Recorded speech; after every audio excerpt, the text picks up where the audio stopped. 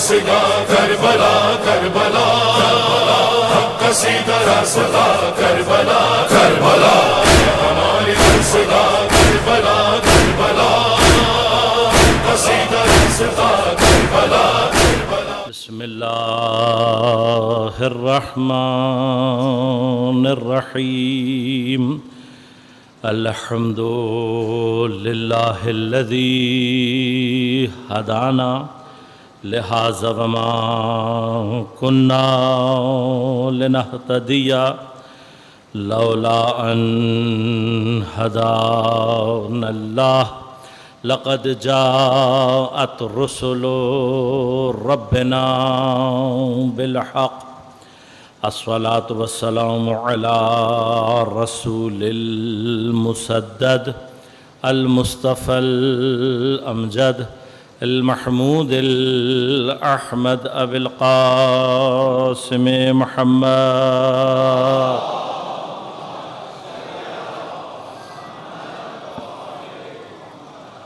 والصلاة والسلام على أسد الله الغالب غالب على كل غالب علي بن أبي طالب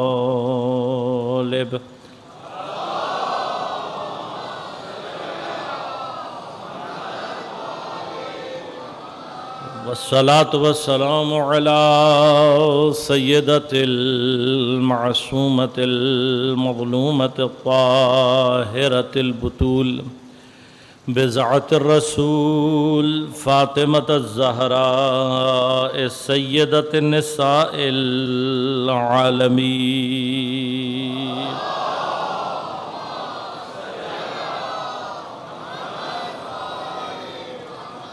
والصلاة والسلام على الحسن المجتبى والحسين المظلوم وأهل بيته الطيبين الطاهرين المعصومين المظلومين المنتجبين المنتخبين لا سيما بقية الله في الأراضين روحي وأرواح العالمين لتراب مقدمه الفداء ولعنة الله على أعدائهم أجمعين أما بعد قال الله تعالى في كتابه الكريم بسم الله الرحمن الرحيم فاسألوا أهل الذكر إن كنتم لا تعلمون صلوات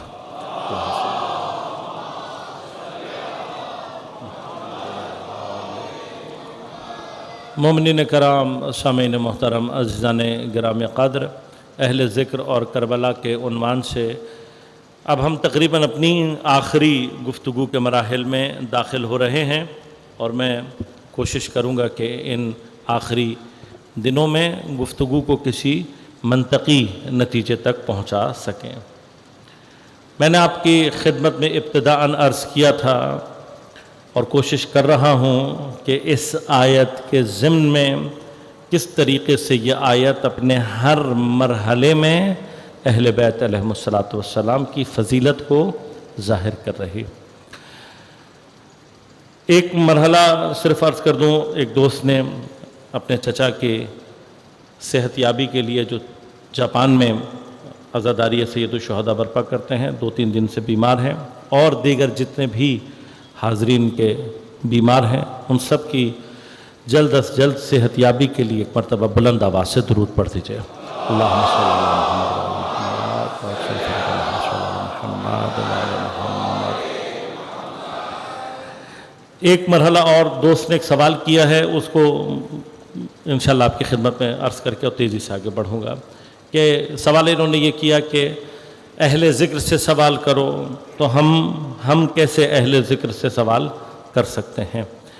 تو میں نے عرض کیا تھا آپ کی خدمت میں کہ ائمہ علیہم السلام اپنے دور میں سوالوں کے جواب دیتے رہے، اور خود اپنے زمانے میں بھی ائمہ نے علماء اپنے شاگرد تیار اور آمادہ کیے جو مختلف مناطق میں جواب دیا کرتے تھے. لہذا جناب حشام بن حکم کے بارے میں روایات یہ کہتی ہیں کہ آپ کے ایسے شاگرد تھے کہ بصرہ سے اگر کوئی امام سے سوال کرنے آتا تو امام اس سے یہ کہتے کہ اس سوال کا جواب تمہیں حشام وہاں دے سکتا تھا. لہذا فرماتے تھے کہ ان سے وہاں پوچھو، ہماری زیارت کے قصد سے آ رہے ہو تو مسئلہ نہیں ہے. یعنی ایسے شاگرد ائمہ نے اپنی زندگی میں تیار کیے. اور پھر امام غیبت میں جو مرحلہ ہے، چونکہ ائمہ جانتے تھے، لہذا 11ویں امام علیہ السلام نے غیبت کے زمانے میں رہنمائی فرمائی اور کہا کہ ہمارے بعد یہ علماء حجت ہیں، کوئی بھی سوال ان کی طرف رجوع کرو، اور پھر ان کی جو صفات ہیں وہ بیان کی گئیں. اب مرحلہ صرف یہ ہے کہ اگر اس دور میں کوئی شخص اس مقام پر پہنچ جائے کسی علمی جستجو کے کہ جہاں پر کوئی اور جواب دینے والا نہ ہو، تو یہ ہمارا محکم عقیدہ بھی ہے اور ہمارے علماء کی ایک بڑی فہرست ہے کہ جنہوں نے اس مقام پر جا کر ائمہ سے جواب لیا ہے. اب اس کے جو طریقے ہیں، اس کے جو مرحلے ہیں وہ بہت سارے ہیں. کئی علماء ایسے ہیں جن کو خود پیغمبر کے زمانے میں بعض اصحاب ایسے ہوتے تھے کہ جن کے بارے میں پیغمبر جب وہ اٹھ کر آتے تھے صبح تو پیغمبر ان سے یہ پوچھتے تھے کہ تم نے رات کو کیا سیکھا. حتیٰ یعنی تعلیم کا ایک مرحلہ ایسا بھی ہے جو عالم خواب میں جاری ہوتا ہے. اب وہ کون سے مراحل ہیں، کیا کیا سلسلے ہیں، وہ انشاءاللہ کبھی فرصت رہی تو تفصیل سے آپ کی خدمت میں عرض کروں گا. لیکن اگر انسان علماء خود کسی ایسی جگہ پہنچ جائیں کہ جہاں پر کوئی جواب نہ دینے والا ہو تو امام کا فریضہ اور واجب ہو جاتا ہے، اور ہم کبھی بھی بے جواب نہیں رہے ہیں الحمدللہ. تو ہمارا مکتب ابھی بھی الحمدللہ ہمیں اس پہ پورا اطمینان ہے کہ الحمدللہ ہمارے پاس ہر سوال کا جواب موجود ہے. درود پڑھیے گا ایک مرتبہ محمد آل محمد علیہ السلام.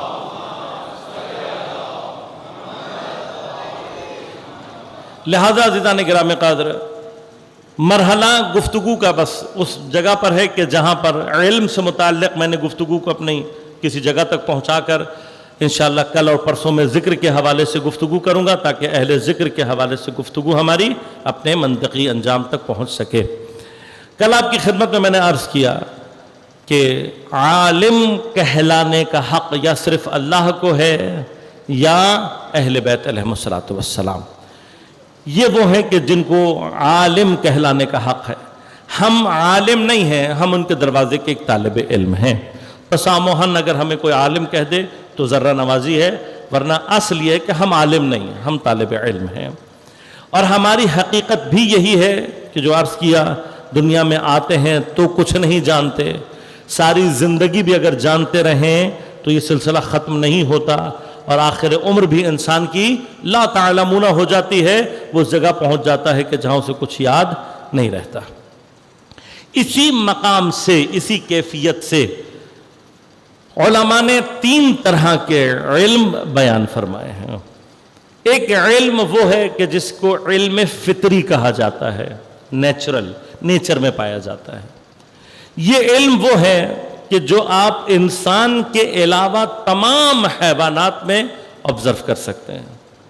لہذا کوئی حیوان دنیا میں ایسا نہیں ہے، مائکروسکوپک آرگنزم سے شروع کر کے آپ ڈائناسور تک چلے جائیں، کوئی حیوان ایسا نہیں ہے جس کو اپنی زندگی لائف سائیکل گزارنے کا علم سیکھنا پڑے. کوئی حیوان ایسا نہیں.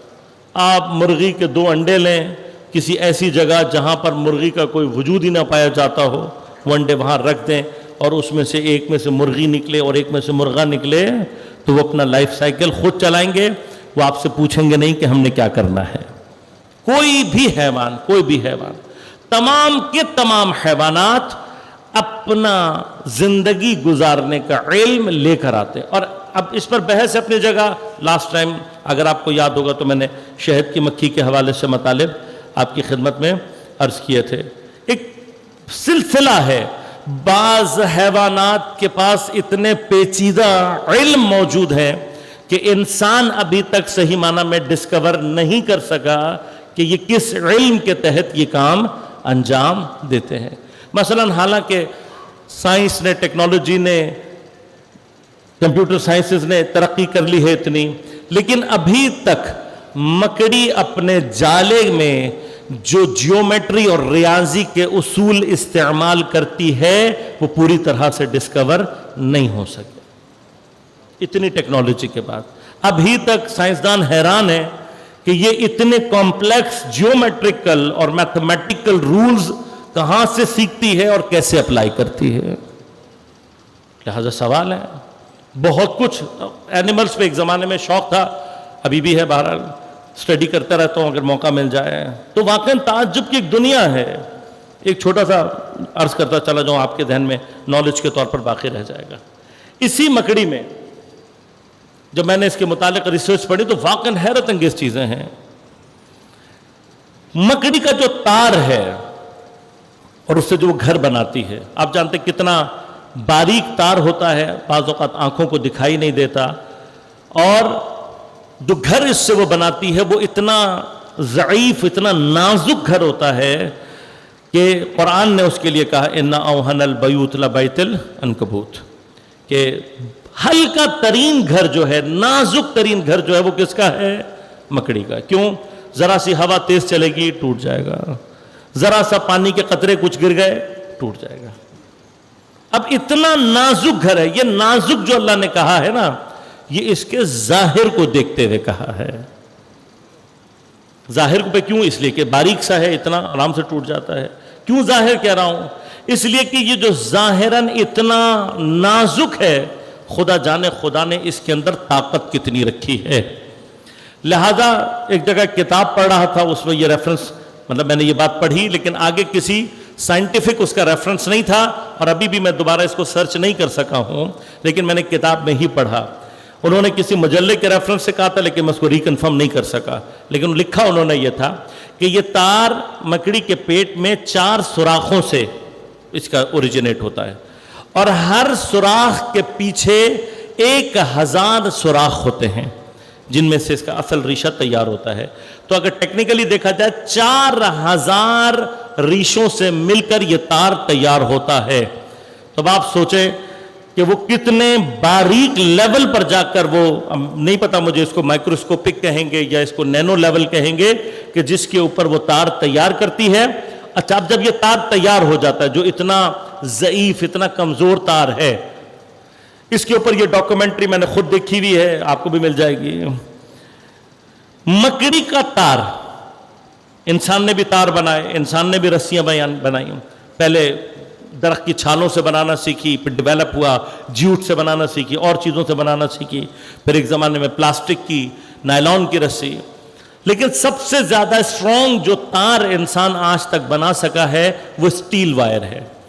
سٹیل کا جو تار ہوتا ہے وہ سب سے زیادہ اسٹرانگ ہوتا ہے۔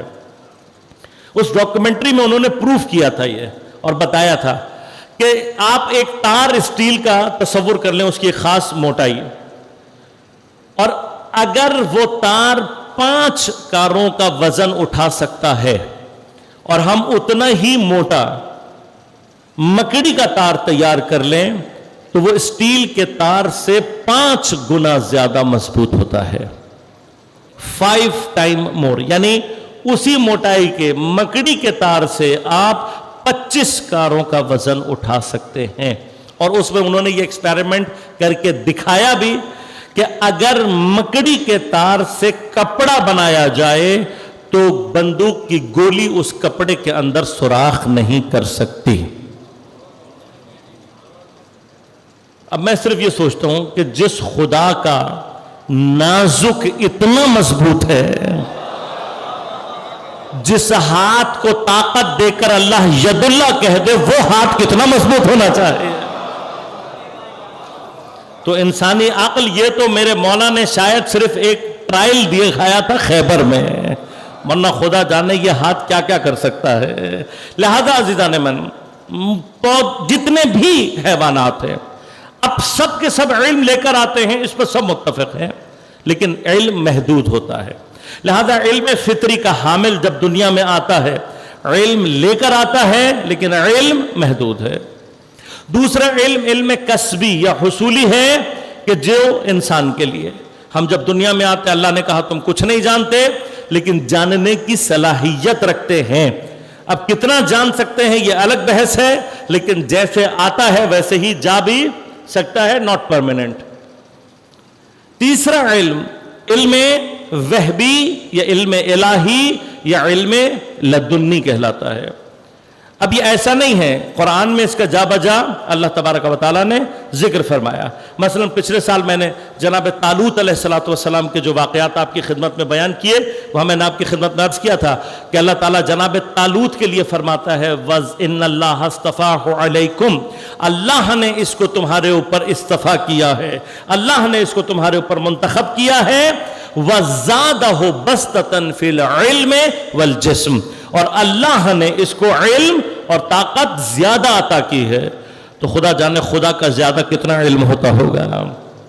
اسی طرح سے آپ کی خدمت میں عرض کیا جناب خضر علیہ السلام کے بارے میں اللہ تعالیٰ ارشاد فرماتا ہے فَوَجَدَ عَبْدًا مِّنْ عِبَادِنَا آتَيْنَاهُ رَحْمَةً مِّنْ عِنْدِنَا وَعَلَّمْنَاهُ مِن لَّدُنَّا عِلْمًا.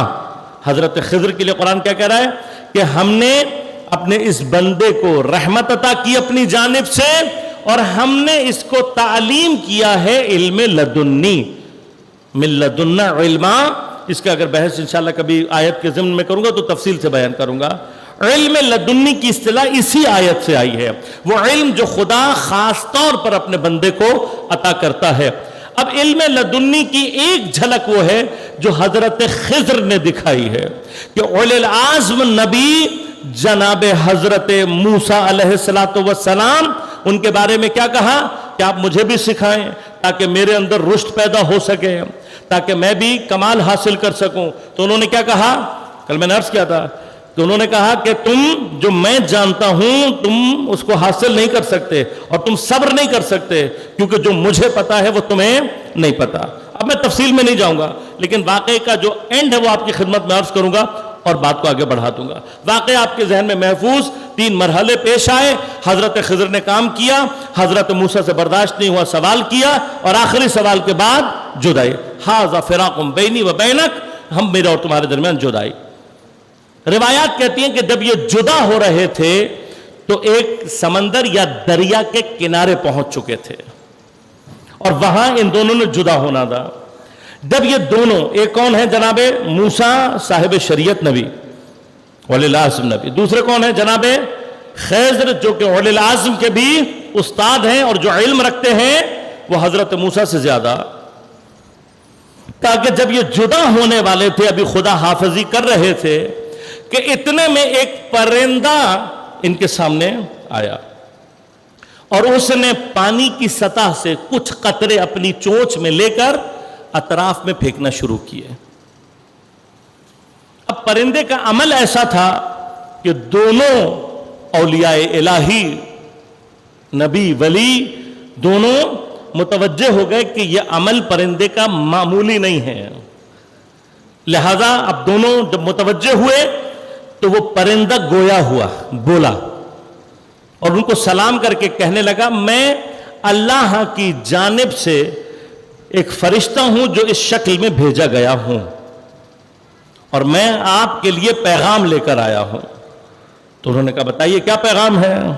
انہوں نے کہا پیغام یہ ہے کہ آپ دونوں نے ایک دوسرے کے علم کو دیکھا اور ایک دوسرے کو اپنے علم کے بارے میں اطلاع دی، بتایا. مجھے اللہ نے بھیجا کہ میں یہ کام آپ کے سامنے کروں کہ اپنی چونچ میں کچھ قطرے لے کر ادھر ادھر پھینکوں تاکہ آپ متوجہ ہوں، اور میں آپ کو یہ بتاؤں کہ آپ دونوں کا جتنا علم ہے آخر الزمان میں جو اولیاء آنے والے ہیں ان کے علم میں اور آپ کے علم میں اتنا ہی فرق ہے جتنا اس سمندر اور میری چونچ میں آنے والے قطروں میں فرق ہے. آپ کے علم میں اور ان کے علم میں اتنا فرق ہے جتنا اس سمندر اور میری چونچ میں آنے والے قطروں میں فرق ہے. تو اس لیے عزیزان من، اہل بیت علیہ السلام جو علم لے کر آئے ہیں وہ علم لدنی، اور جب اس کا حامل بھی دنیا میں آتا ہے تو وہ علم لے کر آتا ہے. لیکن علم فطری اور علم وہبی میں فرق یہ ہے کہ علم فطری کا حامل جو علم رکھتا ہے وہ محدود علم ہے، نہ کچھ اور سیکھ سکتا ہے، اور نہ جو خود جانتا ہے وہ سکھا سکتا ہے، اور جو علم ہے وہ محدود، اس سے آگے نہیں ہے۔ اینیملز نہیں سیکھ سکتے کچھ۔ یہ جو ایک پورا طاغوت کا نظام ہے جو مختلف ڈاکومنٹریز اور اس کے ذریعے سے یہ ثابت کرنا چاہتا ہے کہ جانوروں میں بھی کوئی سیکھنے سکھانے کا علم ہے، وہ سکھاتے ہیں، بتاتے ہیں، یہ سب دھوکہ ہے، اس کے علاوہ کچھ نہیں ہے۔ آپ جانور کو کچھ نہیں سکھا سکتے۔ اور کبھی انشاءاللہ موقع رہا اور آپ کی سماعتوں نے تقاضا کیا اور ہم نے نفس شناسی پر بحث کی تو وہاں پر آپ کی خدمت میں عرض کروں گا۔ میں نے عرض کیا تھا نا کہ مولا سائل کی ظرفیت دیکھ کر جواب دیتے ہیں، لہذا جناب کمیل ابن زیاد آ کر جب مولا کائنات کی خدمت میں سوال کرتے ہیں، کہتے ہیں مولا میں نفس کے بارے میں جاننا چاہتا ہوں، مجھے نفس کے بارے میں بتائیے۔ تو ظرف تھا، اس لیے جناب امیر نے کہا کمیل کس نفس کی بات کرتے ہو؟ تو سننے کے بعد جناب کمیل نے فوراً کہا مولا کیا نفس ایک سے زیادہ ہوتا ہے؟ تو مولا کی ایک مفصل حدیث ہے جس میں مولا نے 4 طرح کے نفس گنوائے۔ نفس نامیہ نباتیہ، پودوں کا نفس، نفس حسیہ حیوانیہ، اینیملز کا نفس، نفس ناطقہ انسانیہ، انسانوں کا نفس، اور نفس کلیہ الہیہ، اولیاء کا نفس۔ پھر ہر نفس کی 5 قوتیں اور 2 خاصیتیں گنوائی ہیں۔ اب کبھی موقع رہا تو انشاءاللہ آپ کی خدمت میں عرض کروں گا کہ آپ اور ہم جب اس کو پڑھتے ہیں اور اس پر تحقیق کرتے ہیں تو جو میرے مولا نے پودے کے لیے بیان کر دیا، کوئی پودا اس کی سرحد سے باہر نہیں نکل سکتا۔ جو میرے مولا نے حیوانات کے لیے بیان کر دیا، کوئی بھی اینیمل اس دائرے سے باہر نہیں نکل سکتا۔ لیکن امام نے جو فرمایا کہ اس سے اوپر کا نفس ہے انسانی نفس، اس کی جو قوہ اور اس کی جو خاصیتیں ہیں، وہاں جا کر یہ بھی دیکھنا پڑتا ہے کہ ہم ابھی تک انسانی لیول پہ داخل ہوئے بھی ہیں یا نہیں۔ کہیں ایسا تو نہیں ہے کہ ابھی تک ہم حیوان کی طرح سے زندگی گزار رہے ہوں اور ابھی تک ہم انسان بنے ہی نہ ہوں۔ تو لہذا انشاءاللہ کبھی موقع رہا تو انشاءاللہ تفصیل سے آپ کی خدمت میں عرض کروں گا۔ لیکن یہ آئمہ اور لازمت ہے، علم چونکہ بے نہایت ہے اور احاطہ رکھتا ہے، لہذا آئمہ کو کبھی بھی جواب دینے میں مشکل پیش نہیں آئی۔ لہذا روایات پہ ملتا ہے کہ جب امام نے سلونی کا دعویٰ کیا تو ایک زمانے میں کچھ خوارج، کچھ ناصبی ایسے بھی تھے کہ انہوں نے بہت دماغ لگایا اس پر، کبھی یہ تو طے شدہ ہے کہ امیر علیہ السلام سے سوال پوچھو گے جواب ملے گا، لیکن کچھ ایسا سوال کیا جائے جس کا جواب بہت طولانی ہو۔ ایسا سوال کرو کہ کم از کم سوال طولانی ہو، اور عین جس وقت امام فجر کی نماز پڑھنے جاتے ہیں اس وقت ہم سوال کریں گے، تو کم از کم یا نماز اول وقت سے دیر ہو جائے گی، اگر سوال بہت لمبا ہوا تو ہو سکتا ہے نماز قضا بھی ہو جائے۔ اگر امام نے جواب دینے سے منع کیا کہ ابھی نہیں دے سکتا، تب بھی ہمارے پاس پوائنٹ ہاتھ میں آ جائے گا، کچھ نہ کچھ ہو جائے گا۔ اب ایسے موقعوں پہ لازمت ہے، شیطان بھی مدد کرتا ہے اپنے دوستوں کی۔ بڑا سوچا، بہت سوچا کہ کیا جواب لمبا ہو، دے تو دیں گے امیر المومنین، جواب لمبا ہونا چاہیے۔ بہت سوچا، پھر ان کے ذہن میں آیا ایسا جواب لازمت ہے جس میں تعداد زیادہ ہو، گنوایا جا سکے زیادہ، وہی سوال طولانی ہو سکتا ہے۔ اب سوال تیار کر کے آئے، صبح امیر گھر سے نکلے، راستے میں کھڑے ہو گئے، اور جیسے ہی امام مسجد کے دروازے میں داخل ہونا چاہتے تھے، سلام کیا، امام نے جواب دیا۔ کہ مولا سوال، امام نے پوچھا کیا سوال؟ کہ مولا سوال یہ ہے کہ کون کون سے جانور انڈے دیتے ہیں اور کون کون سے جانور بچے دیتے ہیں، بچے دینے والے کون سے ہیں اور انڈے دینے والے کون سے ہیں؟ اب ان کا خیال یہی تھا کہ امام ایک ایک کر کے بتائیں گے تو لمبا ہو جائے گا کام۔ میرے مولا نے قدم روکے بغیر، پھیرے نہیں مولا، قدم روک کے بغیر چلتے چلتے میں ارشاد فرمایا کہ جس کے کان باہر ظاہر کی طرف ہوتے ہیں وہ بچے دیتا ہے، جس کے کان ظاہر نہیں ہوتے وہ انڈے دیتا ہے۔ یہ کہتے ہوئے مولا چلے گئے، نماز پڑھی، تعقیبات پڑھی، سورج نکل آیا۔ اب جب مولا واپس آئے تو دیکھا وہیں کھڑے ہوئے گن رہے تھے، ہاں اس کے کان ہے، یہ انڈے دیتا ہے۔ امام نے پوچھا نماز پڑھی؟ کا مولا جمع کر رہے تھے. لہذا پچھلے دنوں میں تحقیق دیکھ رہا تھا, کسی نے یہ بات لکھی ہے کہ کسی نے ایک سائنٹیفک ادارے کو باقاعدہ یہ لکھ کر بھیجا تھا, یہ کسی سائنٹیفک ادارے کا سوال آیا تھا اور اس نے یہ حدیث بھیجی جسے انہوں نے اپروو کیا کہ ہاں ایسا ہی ہے. لہذا ایک زمانے میں میرے ذہن میں یہ خیال آیا تھا کہ انسان نے ڈائناسورس دیکھے نہیں, دیکھا تو نہیں ہے نا ہم نے ڈائناسورس کو, ڈائناسورس کے صرف فاسل ملے اور فاسلز ملنے کے بعد اس کا جو سٹرکچر ہے وہ انسان نے خود ہی اس کے حساب سے بنایا کہ اس شکل کا ہوگا. لیکن جب انسان کو یہ پتا لگا کہ ڈائناسورز انڈے دیتے تھے تو اتنے بڑے ڈائناسور بنائے, ان کے کان باہر نہیں بنائے, کہ اگر انڈے دیتا ہے تو کان باہر کی جانب نہیں ہونے چاہیے. یعنی یہ ایک سائنٹیفک پروف ہے کہ جو مولا نے, اب یہی چیزیں بتاتی ہیں کہ ائمہ کے علم کا احاطہ کتنا ہے. لہذا غور کیجئے گا, مرحلہ یہ ہے کہ جب علم فطری کا حامل دنیا میں آتا ہے, علم لے کر آتا ہے. یہ کامن آبزرویشن ہے, ہم اور آپ نے دیکھا بھی, کوئی مسئلہ نہیں. اگر جانور علم لے کر آئے تو کسی کو تکلیف نہیں ہوتی, لیکن جب ہم یہ کہتے ہیں کہ معصوم علم لے کر آتا تو ہر ایک سوال کرتا, بھئی کیسے ہو گیا, کیسے نہیں ہوا ہوا ہے. تم صرف تاریخ میں دیکھو کہ معصوم نے کب کب ماں کے یا کسی اور معصوم کے ہاتھوں پر کلام کیا ہے, تو تمہیں وہ جگہ بھی مل جائے گی کہ جب پیغمبر کے ہاتھ پر پہلی مرتبہ مولا کائنات نے آنکھ کھول کر پیغمبر کی زیارت کی تو اس کے بعد اپنے اسی علم الہی کا اظہار کرتے ہوئے کہا, یا رسول اللہ آپ بتائیے, آپ کہیں گے تورات تو تورات سناؤں گا, انجیل تو انجیل سناؤں گا, زبور تو زبور سناؤں گا, اور قرآن کہیں گے تو قرآن سناؤں گا. لہذا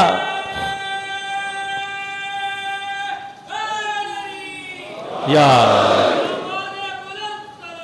اللہم صلی اللہ محمد و علی محمد. لہذا غور کیجئے گا, یہ جو مقام ہے, اب اس میں مجھے پتا ہے ہو سکتا ہے بعض احباب کے ذہنوں میں سوال آ جائے کہ ابھی قرآن نازل نہیں ہوا تو مولا کائنات سنا کیسے سکتے ہیں. اس کا جواب میں دے چکا ہوں ایک مجلس میں, ابھی موقع نہیں ہے, میں نے کھول دی بحث تو پھر لمبی ہو جائے گی. لیکن قرآن کی جو حقیقت نورانیہ ہیں وہی اہل بیت علیہ السلام کے قلب میں محفوظ ہے. تو انشاءاللہ کبھی موقع رہے گا تو عرض کروں گا آپ کی خدمت میں تفصیل سے, لیکن کوئی مشکل کام نہیں ہے. بس علم لدنی کا حامل علم رکھتا ہے لامحدود. کیوں؟ اس لیے کہ اس لامحدود علم کے منبع سے متصل ہوتا ہے, لہذا اسے سیکھنے کی ضرورت نہیں پڑتی. لیکن خود علم کے اپنے کچھ مراتب ہیں, اور ہر مرتبے کے اعتبار سے جب انسان جواب دیتا ہے تو جواب کی تاثیر اور اثبات انسان کے وجود میں ہوتی ہے اس درجہ علمی کے اعتبار سے. میں ایک مثال دوں اور پھر بات کو آگے بڑھاؤں. اس اعتبار سے علماء نے علم کی تقسیم کی ہے علم الیقین, عین الیقین اور حق الیقین. دیکھیے, علم جب اپنے انتہائی نقطے پر پہنچتا ہے اس منزل کو کہتے ہیں یقین, لیکن پھر یہ یقین اپنے مراحل طے کرتا ہے. علم الیقین کیا ہے؟ آپ کو علم ہے اس بات کا کہ آگ جلاتی ہے. اب سائنٹیفکلی آپ نے جو بھی ٹمپریچر کے ذریعے سے یا کسی اور ذریعے سے اس کی پراپرٹیز کو جاننے کے بعد یہ علم حاصل کر لیا کہ آگ جلاتی ہے, آپ کو یقین حاصل ہو جائے گا. لیکن جب آپ ایکسپیریمنٹلی آگ سے کسی چیز کو جلا کر دیکھیں گے تو جو یقین کا مرحلہ ہوگا وہ علم کے مرحلے میں نہیں ہوگا. اس سے جو اگلا مرحلہ ہے وہ کیا ہے؟ جو کہلاتا ہے حق الیقین. حق الیقین کا مرحلہ یہ ہے کہ اگر خدا نہ خواستہ اسی ایکسپیریمنٹ کے دوران آپ کا اپنا ہاتھ جل گیا,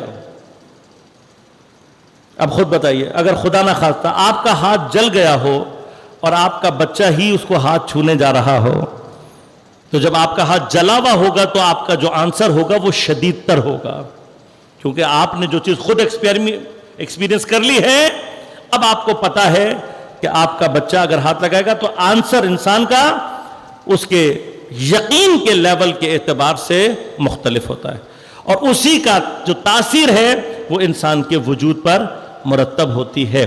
اب اگر سوال صرف یہ ہے کہ اب اگر اہل ذکر سے کوئی خدا کے بارے میں سوال کرے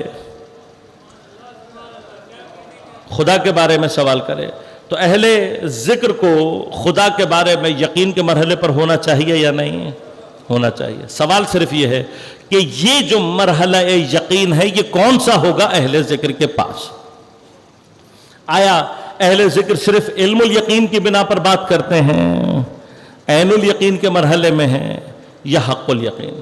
میں ایک ایگزامپل سے بات کو اور سمجھاؤں اور پھر گفتگو کو آگے بڑھاؤں۔ دیکھیے یہی جو مرحلے علم، عین اور حق الیقین کے، آپ نے دھواں اٹھتے ہوئے دیکھا تو آپ کو پتہ لگ جائے گا کہ آگ لگی ہوئی ہے۔ اب آپ کو یقین کرنے کے لیے کسی چیز کی ضرورت نہیں ہے، اس لیے کہ معلول نے علت کا پتہ دے دیا ہے، آگ لگی ہوئی ہے اور دھواں اٹھ رہا ہے تو آگ ہوگی۔ ہمارا جو ابتدائی علم ہے خدا کے بارے میں وہ یہی ہے، علم الیقین۔ ہم آثار کے ذریعے سے خدا مؤثر تک پہنچتے، معلول کے ذریعے سے علت کا پتہ چلاتے، لیکن اس کی جو کیفیت ہے آپ جانتے ہیں وہ اتنی گہری نہیں ہوتی۔ دوسرا مرحلہ کیا ہے کہ آپ خود تشریف لے جائیں، زحمت کریں اور آنکھ کو جا کر اپنی آنکھوں سے دیکھنا شروع کر دیں۔ اب جب آپ اپنی آنکھوں سے آگ دیکھ لیں گے تو یقیناً جو کیفیت یقین ہے وہ شدید تر ہو جائے گی۔ لیکن آج کل ایک ٹیکنالوجی اور آ گئی ہے، ہولوگرام ٹیکنالوجی۔ تو ہولوگرام ٹیکنالوجی سے کسی نے یہاں آگ لگا دی تو آپ کو ایسے لگے گا جیسے اوریجنل آگ لگی ہوئی ہے۔ تو کیسے پتہ لگے گا؟ اس مرحلے کے لیے کوئی حق الیقین والا ہونا چاہیے، اس مرحلے کے لیے حق الیقین والا ہونا چاہیے۔ اب اگر آپ کے اندر جرأت ہے اور آپ آگ میں ہاتھ ڈال کر چیک کر سکتے ہیں، یہ جرأت پیدا کر لی آپ نے، تو اس کے جو آثار ہیں وہ اپنے وجود کا جو اثر آپ پر ڈالیں گے وہ آخری مرحلہ ہوتا ہے یقین کا۔ اب اسی سے ایک مثال ہے جو علماء نے بیان کی ہے، یہاں پر حتماً مراد پروردگار کی آگ سے لینا نہیں ہے، صرف مثال جس میں مناقشہ نہیں ہوتا، غور کیجئے گا۔ آگ اشیاء کے اعتبار سے جو اشیاء اس میں آتی ہیں یا ڈالی جاتی ہیں ان کی کیفیت کے اعتبار سے ان کے اوپر اپنا اثر ڈالتی ہے۔ اب میں اگزامپل دے رہا ہوں، آپ غور کیجئے گا۔ تین چیزیں آپ تصور کریں، ایک پلاسٹک کی، ایک لکڑی کی اور ایک لوہے کی۔ یہ جیسے ہی آپ آگ کے نزدیک لے کر آئیں گے کیا ہوگا؟ جو پلاسٹک کی چیز ہے ابھی آگ کے اندر نہیں گئی، آگ کے نزدیک آتے ہی کیا ہوگا؟ اس کی جو شکل ہے وہ تبدیل ہونا شروع ہو جائے گی۔ جس قلب میں اہل بیت کی ولایت نہ ہو وہ آ کر حقیقت نورانیہ الہی کے نزدیک جب آتا ہے تو ٹیڑھا ہو جاتا ہے پلاسٹک کی طرح سے۔ یہ جو اللہ تعالیٰ نے مختلف مقامات پر کہا کہ ان کے دل ٹیڑھے ہیں، زیغ ہے ان کے قلوب میں، مرض ہے، اس سے مراد یہی ہے۔ بظاہر اللہ کا نام لے رہے ہیں لیکن جیسے ہی قرب الہی کی منازل حقیقت نورانیہ کے نزدیک ہوتے ہیں تو چونکہ اس سے مماثلت نہیں رکھتے، ٹیڑھے ہو جاتے ہیں۔ لہذا اب اس کی اوقات ہی نہیں ہے کہ اس کو ڈالا جائے، یہ جانے سے پہلے فارغ ہو جاتا ہے۔ دوسرا مرحلہ کیا ہے کہ آپ نے جو دو چیزیں بچ گئیں ان کو آپ نے آگ میں ڈال دیا، لکڑی اور لوہا۔ اب غور کیجئے گا، لکڑی اور لوہے میں کیا ہوگا؟ لکڑی جل جائے گی، خاک ہو جائے گی، لوہا نہیں جلے گا۔ کیوں؟ اس لیے کہ لکڑی کا جو وجود ہے وہ آگ کے وجود سے مماثلت نہیں رکھتا، خاصیت نہیں رکھتا، صفات مختلف ہیں۔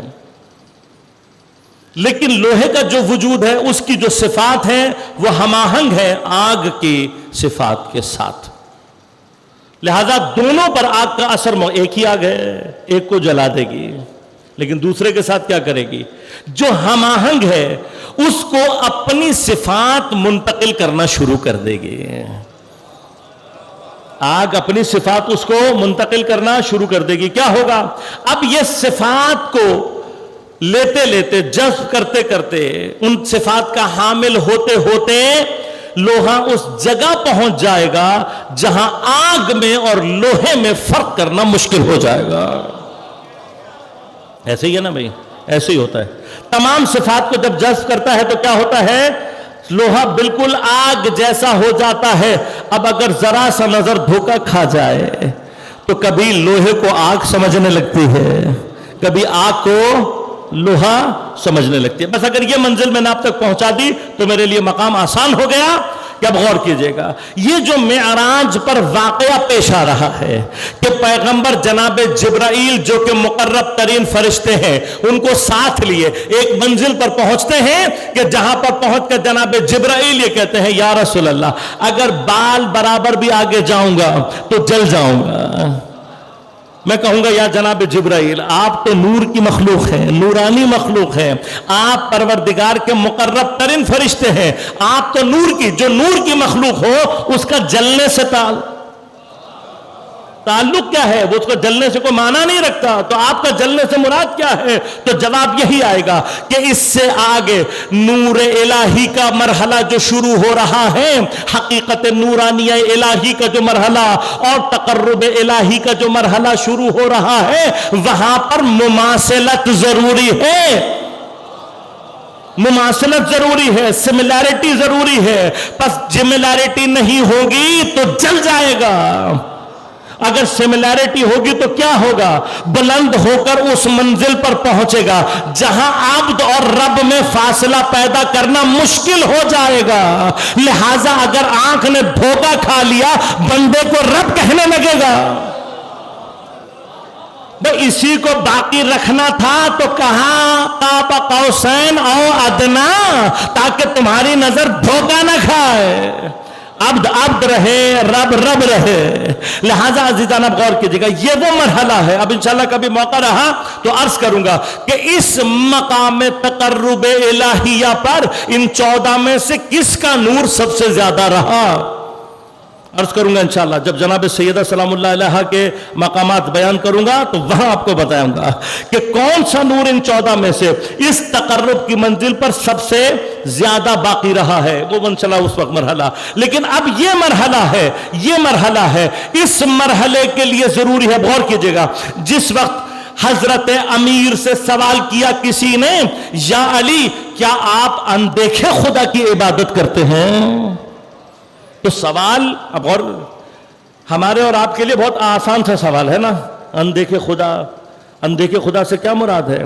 سوال کرنے والے نے بڑا خوفناک سوال کیا ہے, بہت خوفناک سوال کیا. غور کیجئے گا, دیکھیے جو چیز ہمارے شعور کے دائرے میں کہیں پر بھی نہ آ سکے اس کا ہم انکار تو نہیں کر سکتے انکار. اور سائنس نے ثابت کر دیا بہت کچھ تھا, ہمیں نہیں پتا.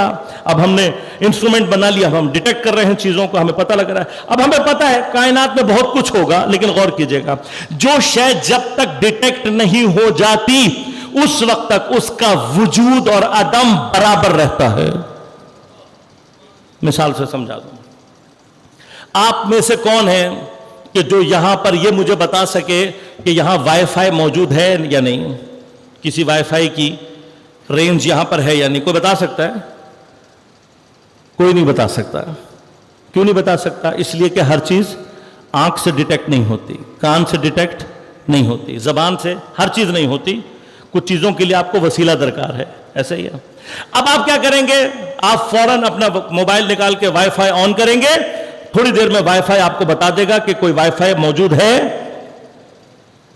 ایسے ہی ہے نا, وائی فائی بتا دے گا ہے یا نہیں. اب جب تک غور کیجئے گا, جب تک موبائل نے نہیں بتایا کہ کوئی وائی فائی ہے یا نہیں, ہم کہہ تو سکتے ہیں کہ بھئی ہے, لیکن جتنا کہہ سکتے ہیں اتنا ہی کہہ سکتے ہیں نہیں. لہذا جب تک شے ڈیٹیکٹ نہ ہو جائے اس وقت تک وجود اور عدم کے درمیان رہتی ہے.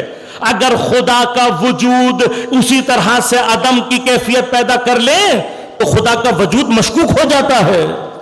لہذا سوال آسان نہیں ہے. سوال کرنے والے نے ایسا سوال کر دیا ہے کہ اب اگر خدا ڈیٹیکٹ نہیں ہو سکتا تو خدا کا وجود اور عدم مشکوک ہو جائے گا.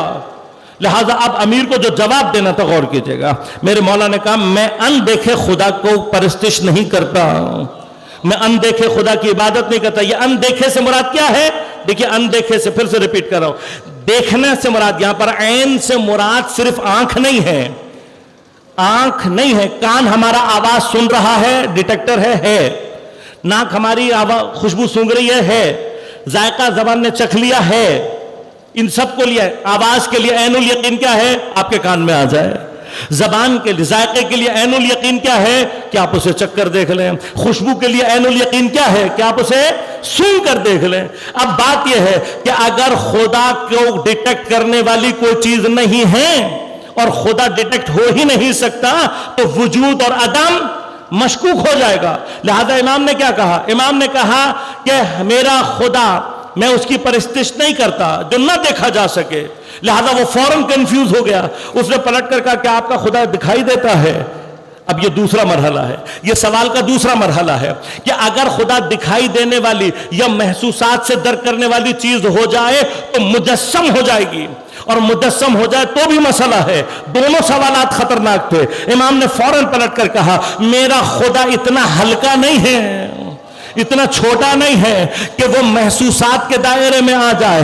میرے خدا کو قلب کی آنکھوں سے درک کیا جاتا ہے، قلب کی آنکھوں سے۔ اور وہ انشاءاللہ کبھی رہی فرصت تو آپ کی خدمت میں عرض کروں گا کہ اللہ نے انسان کے روح میں جو قلب کا حصہ رکھا ہے وہ واحد چیز ہے کہ جو انفینٹی کو ڈیٹیکٹ کر سکتی ہے۔ the detector of infinity، انسان کے اندر اس کا قلب ہے، اور قلب کی شرافت ہی اسی لیے زیادہ ہے کہ یہ اللہ نے اپنا، اور یاد رکھیے گا ڈیٹیکٹ کرنے کا مطلب ہرگز اس کا احاطہ کرنا نہیں ہے، احاطہ کرنا نہیں ہے۔ جیسے آپ کا موبائل بس اتنا بتا دیتا ہے کہ ہے، آگے نہیں جا سکتا، اس سے اس کی رینج کو نہیں بتا سکتا، وہ صرف اتنا بتائے گا کہ ہے۔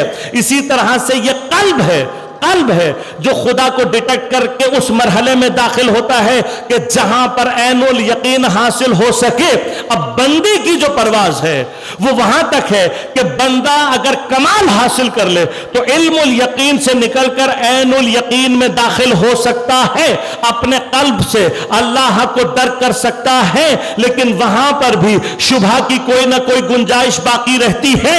لہذا ضروری ہے کہ کوئی ایسا ہو کہ جو خدا کی معرفت میں حق الیقین کی منزل پر موجود ہو۔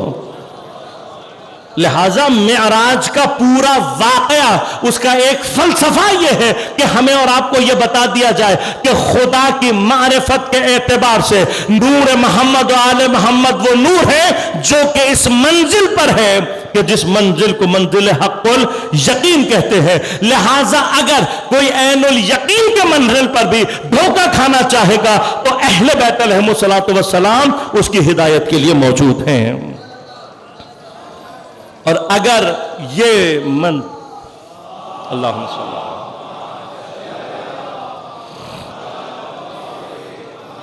یہ مقام ہے۔ لہذا عزیزان من، اللہ تبارک و تعالی جب کہہ رہا ہے فَاسْأَلُوا أَهْلَ الذِّكْرِ، اب ہے نا مرحلہ، اگر کوئی اللہ کے بارے میں سوال کر لے تو جواب دینے والا خدا کی معرفت کے حوالے سے حق الیقین کی منزل پر ہونا چاہیے تاکہ خدا کی معرفت کا سلسلہ مکمل ہو سکے۔ لہذا اہل ذکر وہ ہونا چاہیے کہ جو خدا کی معرفت کے اس مرحلے میں موجود ہو۔ انشاءاللہ خدا نے توفیق دی تو آئندہ مرحلوں میں ذکر کے حوالے سے گفتگو کو تمام کروں گا۔ یہ مقدمات اس لیے بنائے ہیں علم کے، اس لیے کہ خود ذکر کی تعریف میں علم کا ہونا ضروری ہے، جو کل آپ کی خدمت میں پیش کروں گا۔ ایک چھوٹی سی، بس آپ کے وقت سے 2-3 منٹ لوں گا کہ ایک یاد بود ہے، ایک یادگار ہے۔ پچھلے سال آپ کو یاد ہوگا کہ ان ایام میں جو بارشیں ہوئی تھیں ان میں 7 محرم کو جو بارش ہوئی تھی وہ بہت ہی شدید بارش ہوئی تھی، یقیناً آپ کو یاد ہوگا۔ اور اس بارش میں باس ٹاؤن کا ہمارا ایک ساتھی نوجوان حسن شہید، وہ بچہ وہاں نالا جب آیا ہے اور اس نے بہا ہے اور کچھ گھر وہاں پہ ٹوٹے ہیں، تو اس جوان شہید نے، جو اسکاؤٹ کا جوان تھا، اپنی الہی ڈیوٹی سمجھتے ہوئے بچوں کو بچاتے ہوئے اس نوجوان کی شہادت واقع ہوئی تھی۔ صرف ایک یاد بود کے عنوان سے اس لیے کہہ رہا ہوں کہ شہداء کی یاد عین شہادت کی مانند ہوتی ہے۔ شہداء کو یاد رکھنا خود شہادت کا ایک عنوان ہے، اور ہم نے کربلا سے درس ہی یہ لیا ہے کہ شہداء کو یاد رکھا جائے۔ اس شہید کی درجات کی بلندی کے لیے ایک مرتبہ بلند آواز سے درود پڑھیے گا۔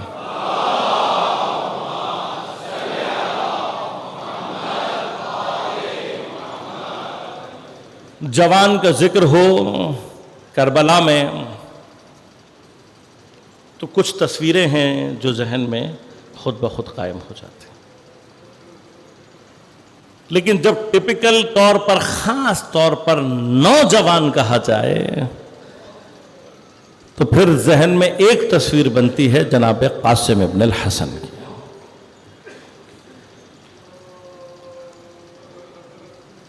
کربلا میں جو میں اپنی ناقص کیفیات کے ساتھ مقتل میں سمجھ سکا ہوں، جتنی محبت امام حسین علیہ السلام کو امام حسن کے بچوں سے تھی، اتنی امام نے اپنے بچوں سے محبت نہیں کی۔ یہ ایک عجیب کیفیت ہے۔ کیوں؟ اس لیے کہ یہ بچے آپ جانتے ہیں جناب قاسم 3 برس کے تھے جب یتیم ہو گئے۔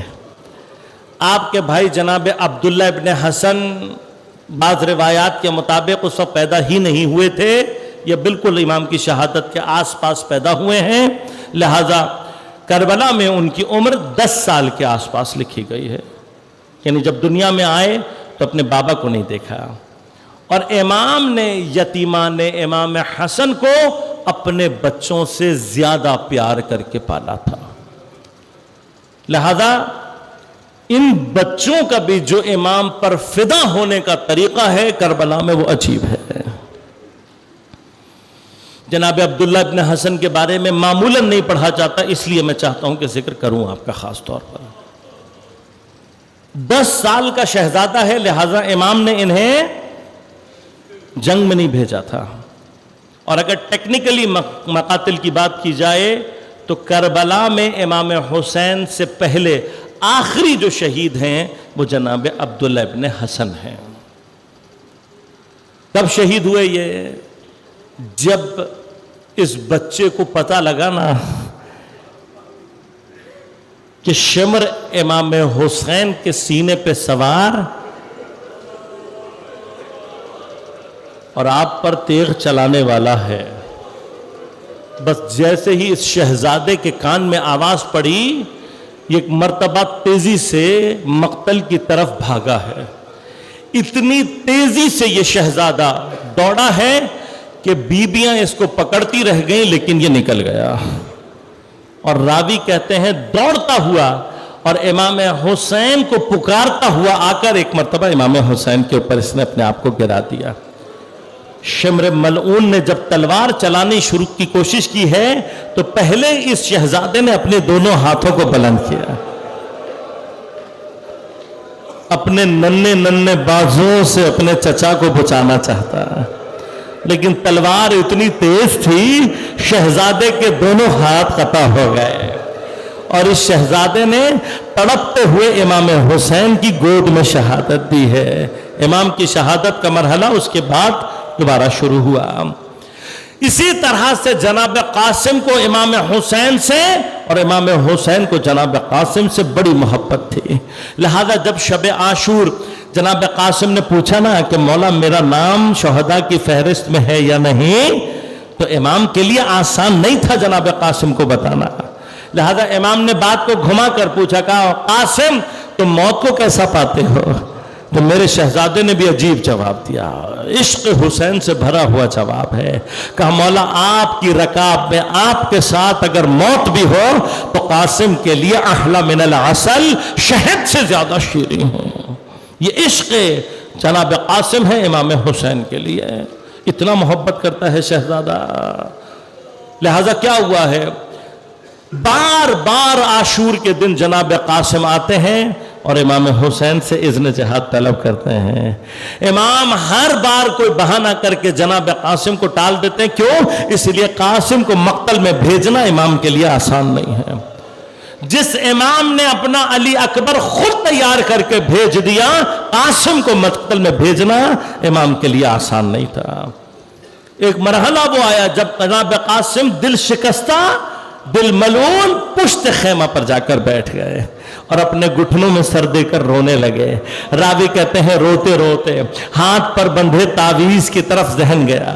ایک مرتبہ اس تعویذ کو کھول کر دیکھا, روتے ہوئے قاسم کے چہرے پر مسکراہٹ آ گئی. دوڑتے ہوئے وہ عبارت, وہ خط لے کر امام حسین کی خدمت میں پہنچے. امام نے جب اپنے بھائی کی عبارت کو دیکھا, ایک مرتبہ امام کی آنکھوں سے آنسو جاری ہو گئے. کہا جاؤ قاسم, جا کر اپنی ماں سے اجازت لے کر آؤ. جناب قاسم گئے ہیں جناب فروا سے, ام فروا سے اجازت لینے. خدا جانے میں تو آج تک جناب ام فروا کو نہیں سمجھ سکا. خدا جانے کربلا کی خواتین کس منزل پر فائز ہیں.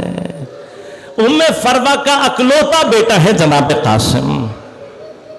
اکلوتا بیٹا مقتل میں بھیجنا آسان کام نہیں ہے, لیکن جناب قاسم اکلوتے ہی نہیں ہیں, جناب قاسم خوبصورت بھی بہت ہیں. کتنا حسین ہے قاسم. تاریخ لکھتی ہے دشمن کی فوج جناب قاسم کے لیے یہ الفاظ بیان کرتی ہے کہ جب ہم نے دیکھا کہ امام حسین کے خیموں سے ایک 13 یا 14 برس کا لڑکا آیا ہے جنگ کرنے کے لیے, تو کسی نے پوچھا, کہا بچے تم کون ہو, تم کون ہو, اپنا تعارف کراؤ. کہا اس نے اپنا تعارف کرانے سے پہلے جیسے ہی اپنے چہرے سے نقاب اتاری تو خدا کی قسم ایسا لگ رہا تھا جیسے چاند کا ٹکڑا زمین پر اتر آیا ہو. کہ اتنا حسین چہرہ میں نے زندگی میں نہیں دیکھا. اتنے خوبصورت, تصور کرو نا, جو دشمن کی فوج کی نگاہوں میں اتنا حسین ہے وہ اپنی ماں کے لیے کتنا خوبصورت ہوگا. خدا جانے جناب ام فروا عرفان کے کس مرحلے پر ہیں. مقتل لکھتی ہے 1 منٹ بھی نہیں لگایا جناب ام فروا نے اپنے شہزادے کو امام حسین پر قربان کرنے کے لیے. اب جب جناب قاسم آئے ہیں تو آپ جانتے ہیں نازک اندام ہیں, کوئی ذرا حضرت قاسم کے بدن پر پوری نہیں آتی, کوئی خود حضرت کے سر پر پورا نہیں آتا. لہذا واحد شہزادہ ہے جو زیورات جنگی کے بغیر میدان میں گیا ہے. آیت اللہ جعفر شوشتری علیہ الرحمہ خصائص حسینیہ میں لکھتے ہیں کہ جیسی قاسم کی شہادت ہے کسی اور کی شہادت نہیں ہے. دوسری بات یہ ہوئی کہ امام نے جب دیکھا تو امام نے ایک مرتبہ امام حسن مجتبی کا امامہ منگوایا, اور امامے کو منگا کر امام نے امامے کے 2 حصے کیے. ایک حصہ کفن کی طرح سے پھاڑ کر قاسم کے گلے میں ڈالا, دوسرے حصے کا امامہ بنا کر حضرت کے سر پر رکھا. اب قاسم جانے کے لیے تیار ہیں. راوی کہتے ہیں قاسم کو گلے لگا کر امام حسین اتنا روئے ہیں, اتنا رویا میرا مولا کہ بعض مقاتل نے لکھا ہے فغشیا, امام پر غشی طاری ہو گئی. قاسم کو جدا کرنا میرے مولا کے لیے بہت سخت تھا, قاسم کو جدا نہیں کر پا رہے تھے. شہزادے کو سوار کیا, رکابوں کو کاٹ کر اونچا کیا گیا. اب جو قاسم کی سواری چلی ہے, حسین بہت دور تک قاسم کے سواری کے پیچھے دوڑتے ہوئے گئے, اور جب واپس آئے ہیں تو تاریخ کہتی ہے امام حسین ایک جگہ بیٹھ نہیں سکے, بار بار خیمے کے سامنے ٹہلتے جاتے ہیں اور مقتل کی طرف نگاہ کرتے رہتے ہیں. شاید میرا قاسم مجھے آواز دے, شاید میرا قاسم مجھے آواز دے. بس عزادارو, ادھر یہ واقعہ پیش آیا. میرے مولا نے جب ارزق شامی اور اس کے بیٹوں کو ایک ایک کر کے واصل جہنم کیا تو شمر کی چیخ نکل گئی. کہنے لگا ارے یہ علی مرتضیٰ کا بیٹا ہے, اسے بچہ مت سمجھو. ایک بڑے لشکر کو حکم دیا کہ جناب قاسم پر حملہ کر دے. یہ بڑا لشکر جب آ کر حملہ آور ہوا ہے تو میرا مولا بڑی دیر تک مقابلہ کرتا رہا, لیکن عزادارو زرہ نہیں تھی بدن پر. جو تیر آتا تھا میرے مولا کے بدن پر لگتا تھا, جو نیزے کا وار ہوتا تھا میرے مولا کو زخمی کرتا چلا جاتا تھا. ارے قاسم کو بہت زخمی کر دیا, لیکن میرا مولا مولا مقابلہ کرتا رہا۔ اتنے میں ایک پہلوان نے بڑا سا گرز لے کر آپ پر حملہ کیا۔ جناب قاسم نے اپنی تلوار سے روک تو لیا لیکن گرز آ کر پیشانی پر لگا۔ بس عزادارو سر پر خود نہیں تھا، جیسے ہی گرز لگا میرے مولا کی پیشانی دو پارا ہو گئی۔ قاسم ایک مرتبہ چکرا کر گھوڑے سے زمین پر گرے۔ آیت اللہ جعفر شوشتری لکھتے ہیں کہ جو شہید گرتا تھا وہ امام کو سلام کرتا تھا، علیکم منی السلام یا ابا عبداللہ، کہا لیکن قاسم کو امام حسین سے اتنی محبت زیادہ تھی کہ جب قاسم گرے ہیں تو سلام نہیں کیا بلکہ گرتے گرتے کہا یا عمّا ادرکنی، اے میرے مولا، اے میرے چچا مدد کرو، یا عمو ادرکنی، اے میرے چچا۔ بس جب چچا کی آواز گونجی ہے، راوی کہتے ایک طرف سے امام حسین نے حملہ کیا، دوسری طرف سے حضرت عباس نے حملہ کیا۔ کہتے خدا کی قسم ایسا لگ رہا تھا جیسے دو بھوکے بازوں نے لشکر کے اوپر حملہ کر دیا، لیکن لشکر میں بھگدڑ مچ گئی۔ بس عزادارو جہاں یہ بھگدڑ مچی ہے حسن کا لال وہیں زمین پر موجود۔ آیت اللہ جعفر لکھتے ہیں کہتے کسی نے امام حسین کو ایک سے زیادہ مرتبہ آواز نہیں دی، لیکن قاسم نے کئی مرتبہ حسین کو آواز دی۔ کہا جب بھی قاسم کے بدن پر گھوڑے کا سم لگتا قاسم طلب کر کہتے یا عمو ادرکنی، اے میرے چچا۔ خدا حسین کے دل کی حفاظت کرے۔ ارے قاسم نے اتنی مرتبہ بلا لیا، اب جو حسین نزدیک پہنچے ہیں ایک مرتبہ اپنے آپ کو گھوڑے سے گرا دیا، گٹھنیاں چلتے ہوئے حسین قاسم کے نزدیک پہنچے۔ شہزادہ آخری دم پر ایڑیاں رگڑ رہا تھا، بس حسین نے اپنا رخسار قاسم کے رخسار پر رکھا، رو کر کہنے لگے اے میرے بیٹے حسین کو معاف کر دینا، حسین کو تجھ تک پہنچنے میں بہت دیر ہو گئی۔ کتنی دیر ہو گئی؟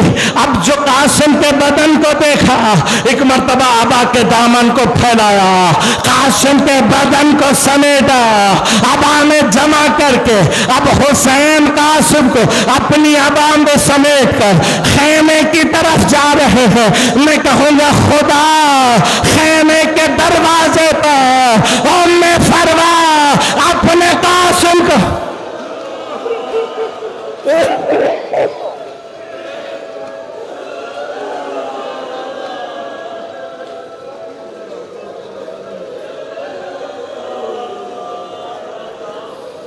الا ولعنت اللہ علی القوم الظالمین وسيعلم الذين ظلموا أي منقلب